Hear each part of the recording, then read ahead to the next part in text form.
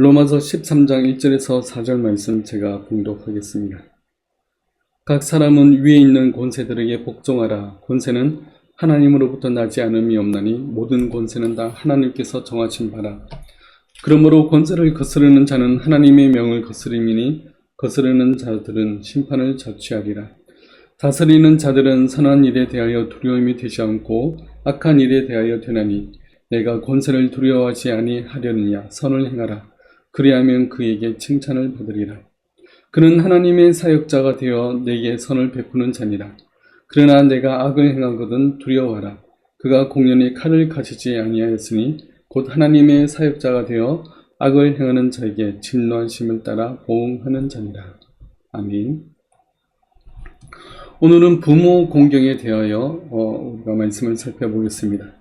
오늘은 내 부모를 공경하라는 십계명의 제5계명을 살펴보려고 합니다. 십계명의 1계명부터 4계명까지는 하나님을 사랑하라는 계명입니다. 그리고 5계명부터 10계명은 이웃을 사랑하라는 그런 계명입니다. 이웃에 관한 계명 중에 부모님을 공경하라는 말씀이 가장 먼저 나오는 이유는 이 계명이 가장 근본이 되며 또 가장 중요한 계명이기 때문에 그렇습니다. 하이델베르그 요론문답 104문을 보겠습니다. 하나님은 제5계명에서 무엇을 요구하십니까? 이에 답합니다.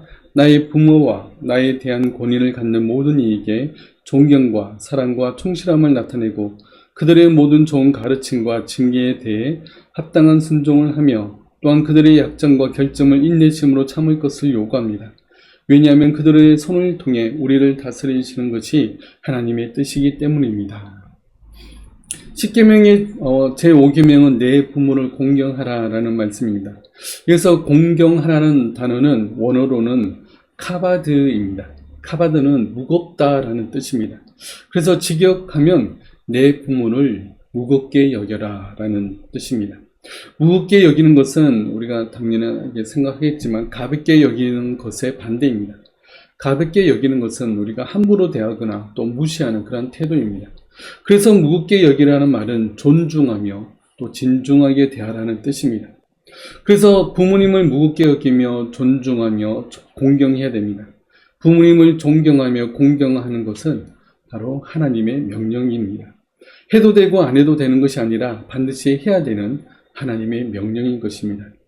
제5계명은 하나님을 예배하고 섬겨야 하는 그 계명 뒤에 바로 나옵니다. 그렇기에 부모 공경은 이웃을 사랑하는 자세의 가장 기본이 됩니다. 그런데 바리새인들은 부모님께 드릴 것이 하나님께 드림이 되었다고 하면 부모님께는 안 드려도 된다고 가르쳤습니다. 마태복음 15장 말씀을 보겠습니다. 너희는 이르되 누구든지 아버지에게나 어머니에게 말하기를 내가 드려 유익하게 할 것이 하나님께 드림이 되었다고 하기만 하면 그 부모를 공경할 것이 없다 하여 너희의 전통으로 하나님의 말씀을 폐하는도다. 외식하는 자들아 이사야가 너희에 관하여 잘 예언하였도다. 일러스되 이 백성이 입술로는 나를 공경하되 마음은 내게서 멀도다. 사람의 계명으로 교훈을 삼아 가르치니 나를 헛되이 경배하는도다 하였느니라. 아멘. 부모님보다 하나님이 더 높으니까 부모님께 드릴 것을 하나님께 드렸다고만 하면 부모님께는 공경하지 않아도 된다고 가르쳤습니다. 오늘날 목회자들이 이런 잘못을 저지르기가 굉장히 쉽습니다. 부모님을 공경해야 되지만 교회를 섬기고 또 성도들을 섬기다 보면 부모님을 공경할 시간을 잘 내지 못합니다. 그래서 결국 하나님을 섬기다가 부모님을 섬기는 일에는 소홀히 하기가 되게 쉽습니다. 부모님들도 의뢰 이해를 한다고 다들 말씀하십니다. 그러나 십계명에는 분명히 나와 있습니다. 내 부모를 공경하라. 부모님을 공경하라는 하나님의 명령을 무겁게 받아들이고 우리가 부모님을 공경하기를 힘써야 됩니다. 그런데 내 부모를 공경하라는 계명을 단순히 부모님에게 효도하라는 내용으로 한정해서 받아들여서는 안 됩니다. 모든 종교에는 내 부모를 공경하라라는 명령이 다 담겨져 있습니다. 그러나 우리가 하나님을 믿는 백성들로서 우리들에게 이 5계명은 분명히 다른 뜻이 더 담겨져 있습니다. 물론 이 계명은 기본적으로 우리의 육신의 부모님을 공경하라는 내용도 들어있지만 여기서 부모님은 우리의 모든 권위의 대상에 모두 해당됩니다. 그래서 이 부모님을 제유법으로 봐야 됩니다. 제유법이라는 것은 어떤 범주의 일부를 내세워서 전체를 설명하는 그러한 방법입니다. 예를 들어 예수님은 세례 요한에게 세례를 받으시고 광야에서 40일간 금식을 하신 후에 마귀에게 시험을 받으셨습니다. 세 가지 시험 중에 하나는 이 돌들이 떡덩이가 되게 하라라는 그러한 유혹이었습니다. 그에 대해서 예수님이 말씀하십니다. 마태복음 4장 말씀입니다. 예수께서 대답하여 이르시되 기록되었으되 사람이 떡으로만 살 것이 아니요 하나님의 입으로부터 나오는 모든 말씀으로 살 것이라 하였느니라. 여기서 떡은 말 그대로 우리가 말하는 그 떡만을 말하는 것일까요? 아닙니다. 사람의 입으로 들어가는 모든 음식을 통틀어서 말하는 그런 내용입니다. 5계명의 부모도 바로 이런 기능을 하고 있습니다. 모든 권위의 대상에 대해서 공경하라고 하는 말씀인 것입니다. 요리문답 답 부분도 그 부분을 말합니다. 나의 부모와 나에 대한 권위를 갖는 모든 이에게 존경과 사랑과 충실함을 나타내고 나에 대한 권위를 갖는 부모님뿐만 아니라 그 외의 모든 권위의 대상에게 동일하게 공경하라고 말씀하는 겁니다. 부모는 당연히 낳아주시고 길러주신 분입니다. 그런 부분에 있어서 우리가 평생 감사하며 공경해야 마땅합니다. 그리고 우리가 지금까지 잘할 수 있도록 가르쳐 주신 우리의 교사들이 있습니다. 유치원에서부터 또 초등학교, 대학교에 이르기까지 우리 모든 선생님들, 또 교회 학교에서 또 가르치는 교회 선생님들이 있습니다. 기본적으로 지식을 가르쳐 주지만 그 외에도 무엇이 바른 길인지, 무엇이 의로운 길인지, 어떻게 하는 것이 하나님의 뜻대로 행하는 길인지를 알려주신 그런 많은 선생님들이 있습니다. 그분들에게 존중과 사랑함을 우리는 나타내야 됩니다. 예수님은 십자가에서 죽으시는 순간에도 어머니를 염려하여 제자에게 자신의 육신의 어머니를 공경할 그런 방도를 모색했습니다. 요한복음에 보면 예수께서 자기의 어머니와 사랑하시는 제자가 곁에 서 있는 것을 보시고 자기의 어머니께 말씀하시되 여자여 보소서 아들이니이다 하시고 또 그 제자에게 이르시되 보라 내 어머니라 하신대 그때부터 그 제자가 자기 집에 모시니라. 예수님은 모든 사람들의 죄를 짊어지고 대속의 죽음을 죽으시는 그 거룩한 자리에서조차 육신의 어머니를 공경하는 것을 먼저 생각했습니다. 우리 역시 어떤 큰 일을 한다고 하면서 우리의 부모님께 소홀히 하는 경우가 많은데 우리는 그것을 주의해야 됩니다. 절대 어떤 일이 부모님보다 먼저 되어서는 안 됩니다. 어떤 경우든지 부모님을 공경하기를 힘써야 됩니다. 부모님뿐만 아니라 우리가 존경할 만한 그런 사람들을 모두 존중하는 우리들이 다 되도록 힘써야 됩니다. 이번에 지방선거를 실시하면서 각 지역을 대표하는 사람들을 우리가 뽑았습니다. 그리고 국회의원들도 우리가 그전에 뽑았고 또 재판관들이나 경찰관들 또 대통령도 우리의 권위 위에 있는 그러한 자들입니다. 이들은 하나님께서 우리 위에 세우신 권위자들입니다. 그렇게 기본적으로는 이들의 권세들에 복종해야 됩니다. 로마서 13장 말씀을 다시 보겠습니다. 각 사람은 위에 있는 권세들에게 복종하라. 권세는 하나님으로부터 나지 않음이 없나니 모든 권세는 다 하나님께서 정하신 바라. 그러므로 권세를 거스르는 자는 하나님의 명을 거스름이니 거스르는 자들은 심판을 자취하리라. 권세자들은 바로 하나님이 세웠습니다. 하나님께서 그 권세자들을 통해서 나라를 세우시고 나라를 통치해 나가십니다. 그리고 그들을 거스르는 것은 하나님의 명령을 거스르는 것이라고 오늘 말씀을 하고 있습니다. 오늘날 모든 권세자들에게 복종하라는 말씀을 우리가 쉽게 받아들이기가 쉽지 않습니다. 부모님을 무시하고 자신을 귀찮게 한다고 부모님을 미워하고 싫어하는 그런 자녀들도 많습니다. 심지어는 부모님을 살해하는 그런 뉴스들도 간혹 봅니다. 또 학교에서는 교권이 무너졌다고 말합니다. 아이를 가르치기 위해서 훈육하면 학부모들이 나서서 자기 자식들은 그럴 만한 애가 아닌데 왜 우리 아이를 혼냈냐고 항의하고 고소하기도 합니다. 심한 경우에는 학부모들의 갑질을 견디다 못해 자살하는 그러한 교사들도 생겨나고 있습니다. 학생들을 바른 인성을 지닌 사람으로 길러내고 이웃과 세상에 유익하며 선한 사람으로 길러내야 되는데 이제는 학생들의 눈치를 보고 학부모들의 값을 견뎌내야 되는 그러한 세상이 되어버렸습니다. 물론 과거처럼 학생들을 함부로 대하고 폭력이 난무하고 인격적이지 못한 교사들도 많았지만, 그런 교사들이 점점 없어져야 하는 것은 맞지만, 학생들을 바른 인성을 지닌 사람으로 길러내기 위해서는 교사들은 때때로 매도 들어야 되고, 때로는 강압적인 그런 태도도 필요하지만, 이제는 그런 교육들이 다 무너졌습니다.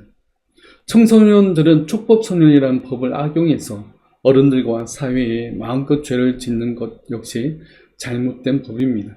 또 잘못된 자기 자식을 무조건 감싸다 보니 자녀들을 잘못된 길로 인도하는 그런 부모들이 많아졌습니다.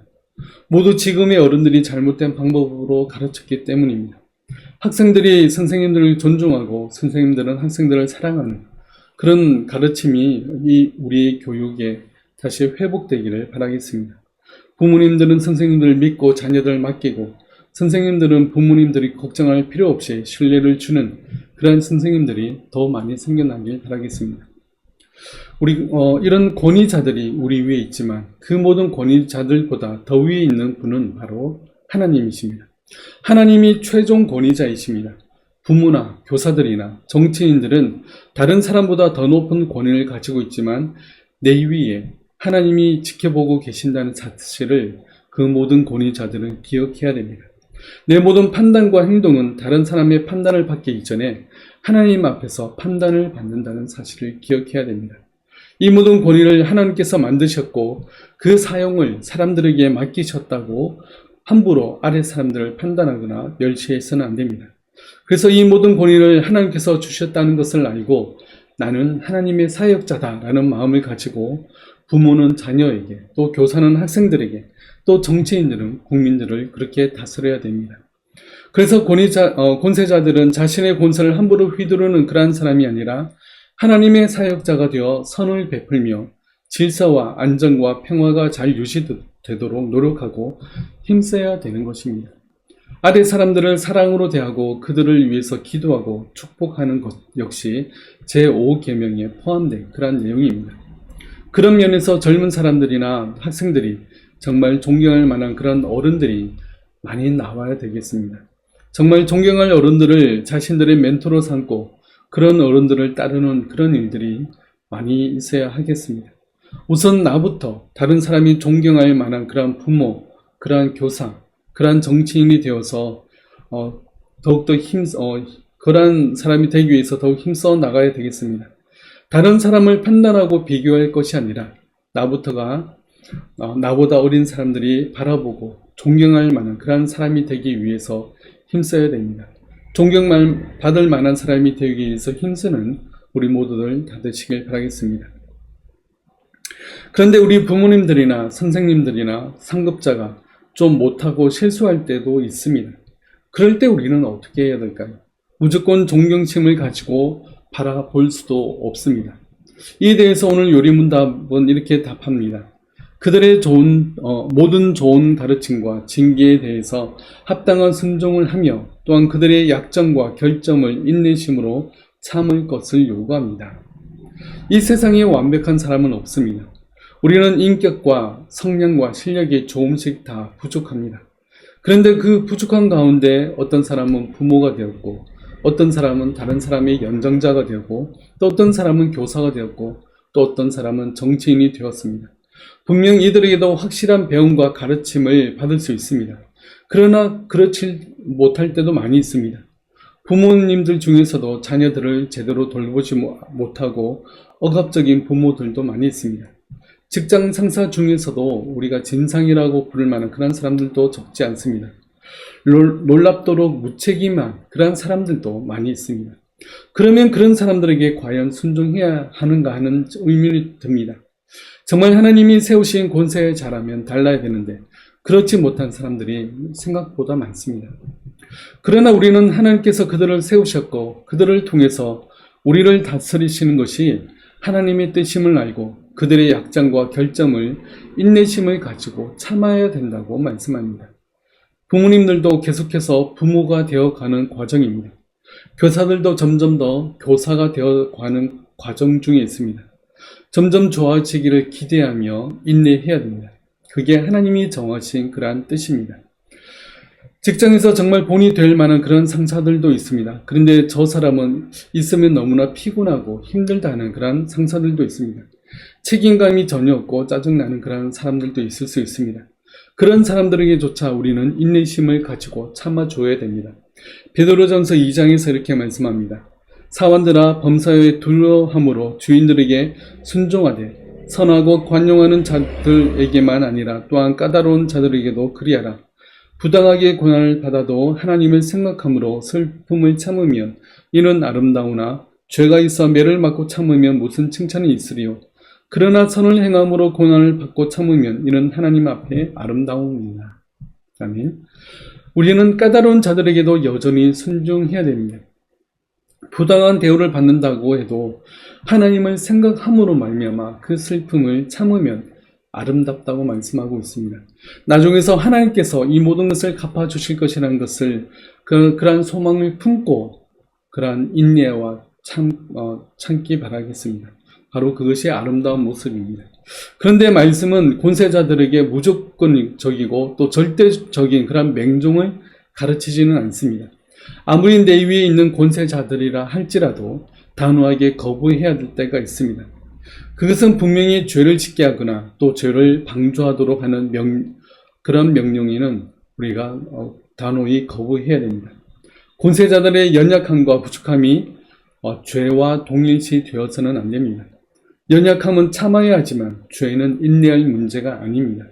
죄를 지으라고 요구할 때나 불법적이고 거짓된 계약을 요구할 때나 동료를 해하는 거짓말을 강요할 때 우리는 단호히 거부해야 됩니다. 왜냐하면 우리는 사람보다 하나님을 더 두려워해야 되는 그런 사람들이기 때문에 그렇습니다. 이 세상 모든 권세자들보다 더 높고 뛰어나신 분은 바로 하나님이십니다. 우리는 기본적으로 하나님의 말씀을 따르며 순종해야 됩니다. 그런데 권세자들의 명령이 하나님의 말씀보다 더 위에 설 수 없으며 하나님의 말씀을 어기는 일을 강요한다면 우리는 과감하게 거부할 수 있어야 됩니다. 우리는 하나님의 뜻에 순종하는 가운데 권세자들에게도 순종해야 됩니다. 하나님의 명령이 가장 우선시 된다는 것을 우리가 잘 기억하고 그 다음으로 권세자들에게 우리가 순종해야 됩니다. 우리는 눈에 보이는 부모님과 선생님들께 순종하는 훈련을 통해서 하나님을 공경하고 순종하는 법을 배워나가야 됩니다. 내 위의 권세자들에게 순종함을 통해 하나님의 나라의 질서가 바로 세워져서 이 땅이 작은 하나님의 나라가 되도록 만들어 나가는 우리 모두가 되도록 힘쓰시기 바랍니다. 우리가 부모님을 공경해야 될 부가적인 이유가 오늘 말씀 안에 담겨져 있습니다. 출애굽기 20장 말씀을 보겠습니다. 내 부모를 공경하라. 그리하면 내 하나님 여호와가 내게 준 땅에서 내 생명이 길리라. 제5계명은 이렇게 추가해서 말씀하고 있습니다. 내 하나님 여호와가 내게 준 땅에서 내 생명이 길리라. 구약시대 때는 땅은 사고 팔 수 없는 것이었습니다. 하나님께서 각 가정에 그 땅을 유업으로 주셨기 때문에 땅은 사실 사고 팔 수 없었습니다. 그래서 부모님들은 자연스럽게 자녀들에게 그 땅을 물려주었습니다. 그래서 이 땅은 생명을 이어갈 수 있는 근거가 되는 그런 땅입니다. 집도 짓고 농사도 지으면서 생명을 계속해서 이어나갈 수 있는 그런 귀한 땅을 부모님이 또 자녀들에게 물려주었습니다. 그렇기 때문에 자녀들은 부모님을 존중해야 됩니다. 생명을 계속해서 누리며 살아갈 수 있는 근거를 주신 부모님께 우리는 더욱 존중해야 됩니다. 그러면서 말씀하기를 내 생명이 길리라라고 말씀합니다. 여기서 생명은 히브리어로 요음이라는 단어를 씁니다.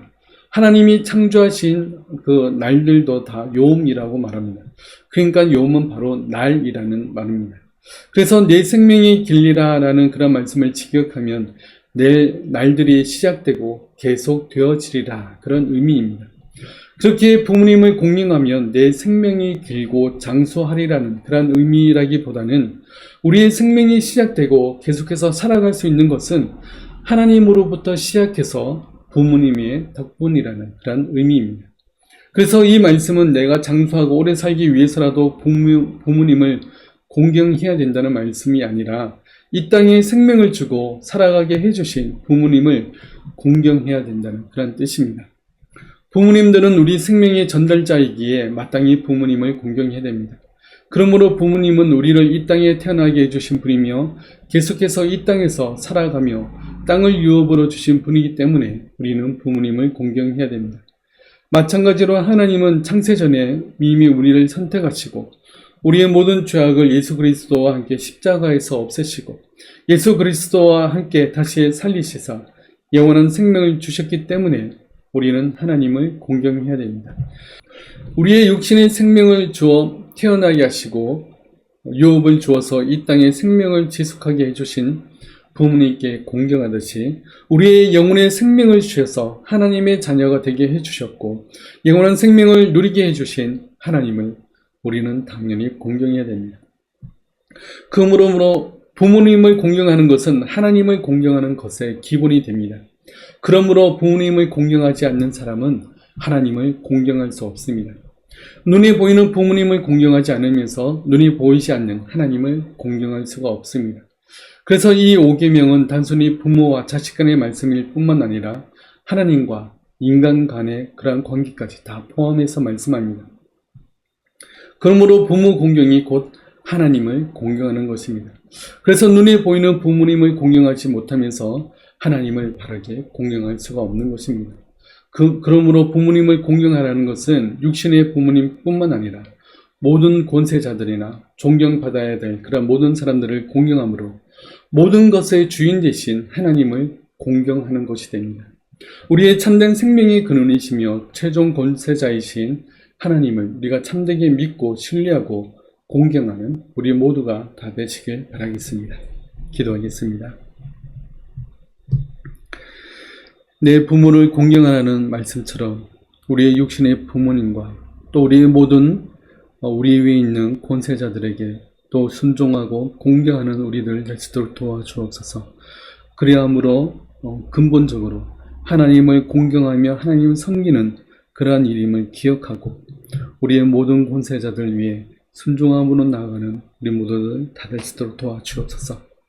지금은 십자가 위에서 우리의 모든 죄를 사하신 주 예수 그리스도의 은혜와 우리를 사랑하시되 끝까지 사랑하시는 하나님의 사랑하심과 성령님의 함께하심과 위로하심이 오직 부모님과 또 모든 권세자들에게 공경하며 순종하기를 원하는 우리 모든 성도들 머리 위에 지금부터 영원토록 함께하실지어다. 아멘.